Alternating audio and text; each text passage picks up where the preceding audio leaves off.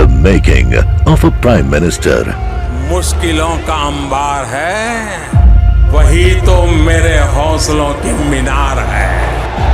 हिंदुस्तान में दो प्रधान दो निशान नहीं चलेंगे। अगर इतनी ताकत ये पाकिस्तान के खिलाफ लगा दे तो आतंकवाद आसान हो गया। हम चुनौतियों से टकरा रहे हैं। सर्जिकल स्ट्राइक और एयर स्ट्राइक करके नए भारत के सामर्थ्य का संदेश भी दे दिया है। तुम उठो, तिरंगा लहरा दो। जननायक नरेंद्र मोदी के 20 वर्ष पुराने भाषणों पर आधारित एक बेहद लोकप्रिय कार्यक्रम। क्या कहते हैं नरेंद्र मोदी?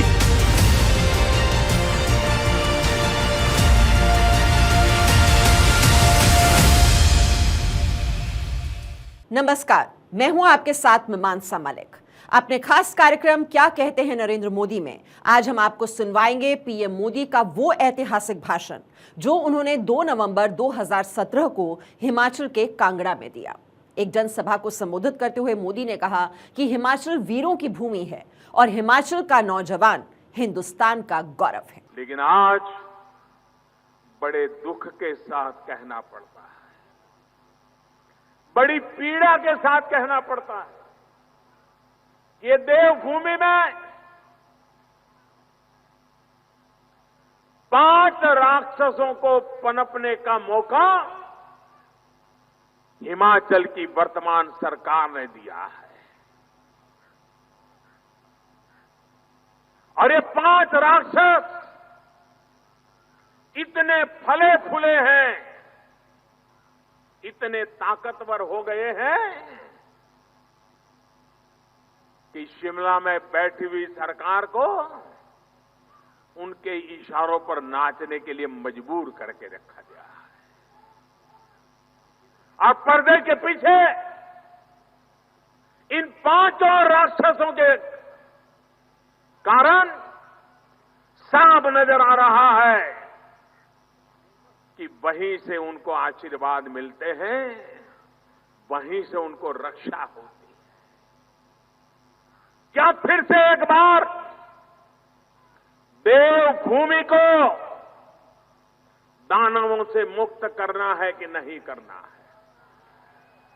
दानवों से मुक्त करना है कि नहीं करना है? ये 5 दानवों की मैं आज चर्चा करना चाहता हूं। 5 राक्षस जो हिमाचल की युवा पीढ़ी के भविष्य को मिट्टी में मिलाने पर तुले हुए। हिमाचल के मेरे नौजवान, आप तय कीजिए ये कौन 5 राक्षस है जिससे हिमाचल को मुक्त करना जरूरी है। और इस इलाके के लोग तो इस राक्षसों को भली भांति जानते हैं। इस पूरे क्षेत्र के लोग इसे भली भांति जानते हैं। एक राक्षस है खनन माफिया, है कि नहीं है? जरा जोर से बोलिए, है कि नहीं है? ये खनन माफियाओं का कारोबार ही चल रहा है कि नहीं चल रहा है? ये खनन माफिया जो आपकी भू संपदा को लूट रहे हैं, देवभूमि को तबाह कर रहे हैं, ये राक्षस ही नहीं हो तो और क्या है भाई? इन खनन माफियाओं से मुक्ति चाहिए कि नहीं चाहिए?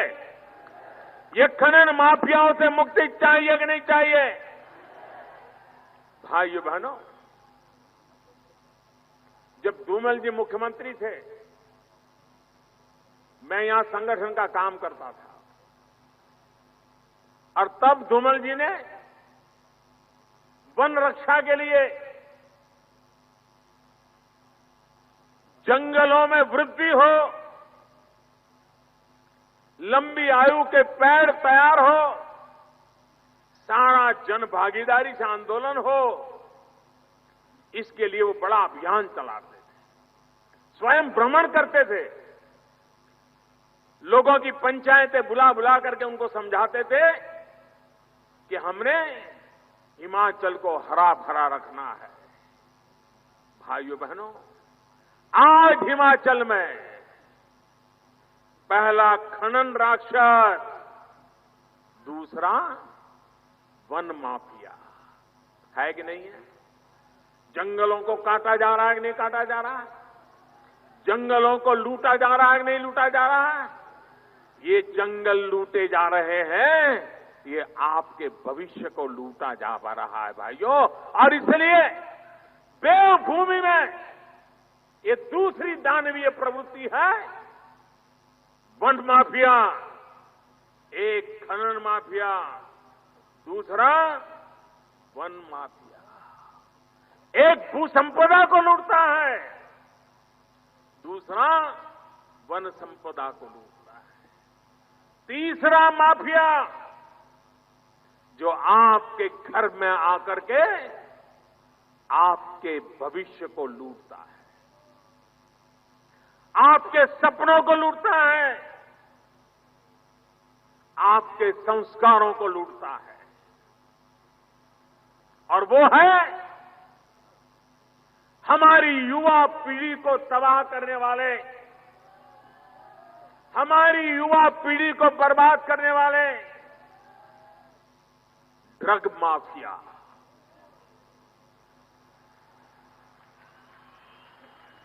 जो धरती वीर माताओं की धरती है, जो धरती देश के लिए मर मिटने वाले नौजवानों की फौज, शायद ही कोई गांव ऐसा होगा, शायद ही कोई इलाका ऐसा होगा जिस परिवार का कोई लाल मां भारती की सेवा के लिए सीमा पर तैनात न हो।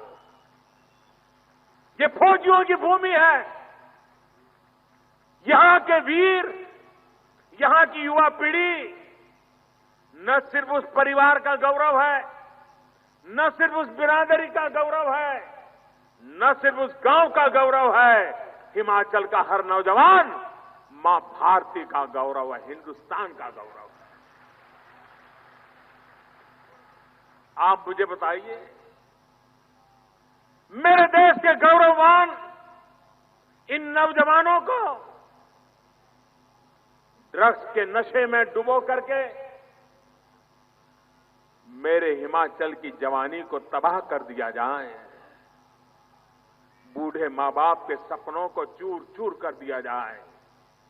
क्या ऐसे ड्रग माफिया जो आपके घर में आपके संतानों को उठा करके तबाह कर रहे हैं, ऐसे ड्रग माफियाओं का खात्मा होना चाहिए कि नहीं होना चाहिए? होना चाहिए कि नहीं होना चाहिए?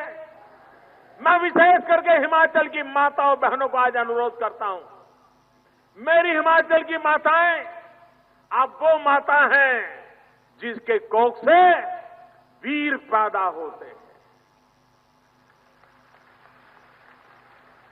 आप माताओं से मेरा आग्रह है कि आप बटन दबा करके आपके वीर पुत्रों के भविष्य की रक्षा के लिए ये ड्रग माफियाओं को खत्म करने के लिए इस चुनाव में वोट कीजिए।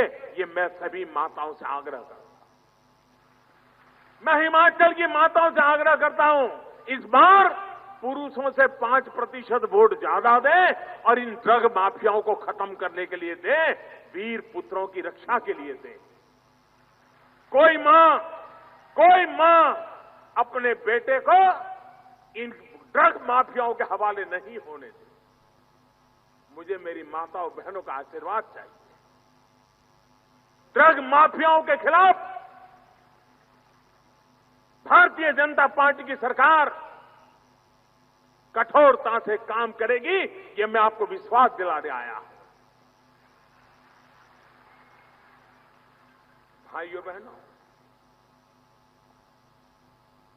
और चौथा दानव, चौथा माफिया वो है टेंडर माफिया। टेंडर किसके लगेंगे? किसी का भाई, किसी का भतीजा,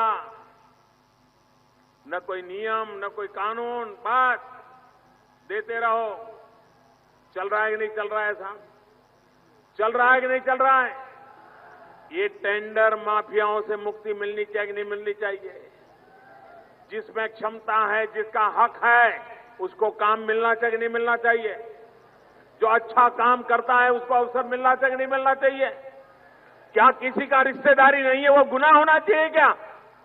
क्या कोई सिफारिश करने वाला नहीं है इसलिए आपका व्यापार, रोजगार, व्यापार, काम अटक जाना चाहिए क्या? इसलिए भाइयों बहनों, हिमाचल को तबाह किया है ये भाई भतीजे टेंडर पद्धति ने। ये टेंडर माफियाओं से हमने हिमाचल को, अगर सच्चे अर्थ में विकास करना है, जनता के पाई पाई का सही इस्तेमाल करना है, तो टेंडर माफियाओं की मुक्ति से ही होने वाला है। और इसलिए इन टेंडर माफियाओं से हिमाचल को मुक्त कराने के लिए उत्तम अवसर है। और पांचवा दानव है, पांचवा राक्षस है, वो है ट्रांसफर माफिया। आपको तबादला करवाना है, इतना पहुंचा देना, वहां रखवा दूंगा। उसको हटाना है, इतना भेज देना, करवा दूंगा। और यहां से लेकर के शिमला तक पक्की कतार बनी हुई है। और बेशर्मी भी ऐसी, रेट बोले जाते, रेट। जैसे रेस्टोरेंट में खाना खाने जाओ, रेट होता है ना, ये खाओगे तो इतना पैसा, ये खाओगे तो इतना पैसा, इनके भी रेट लगे। ये ट्रांसफर करनी है तो इतना, यहां से ट्रांसफर करनी है तो इतना, यहां पर अपॉइंट करना है तो इतना।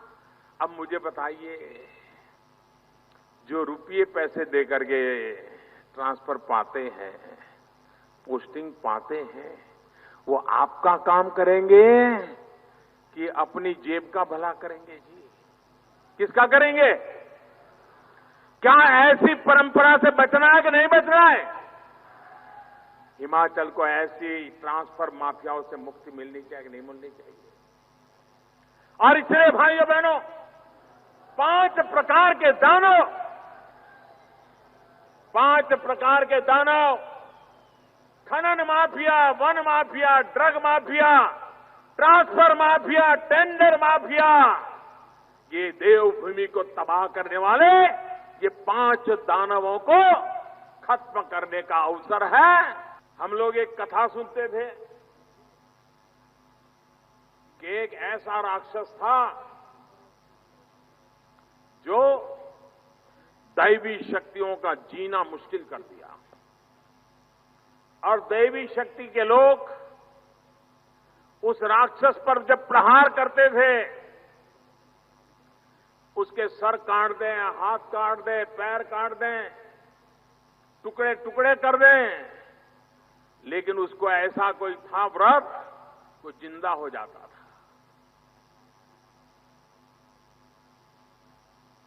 तो दैवी शक्ति ने आराध्य की तपस्या की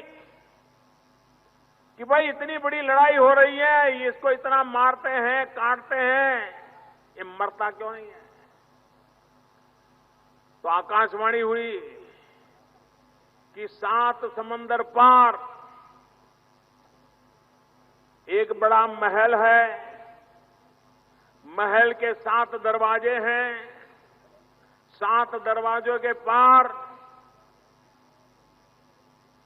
एक भूगर्भ में कमरा है, 7 सीढ़ियां उतरने के बाद वो कमरे में पहुंचते हैं।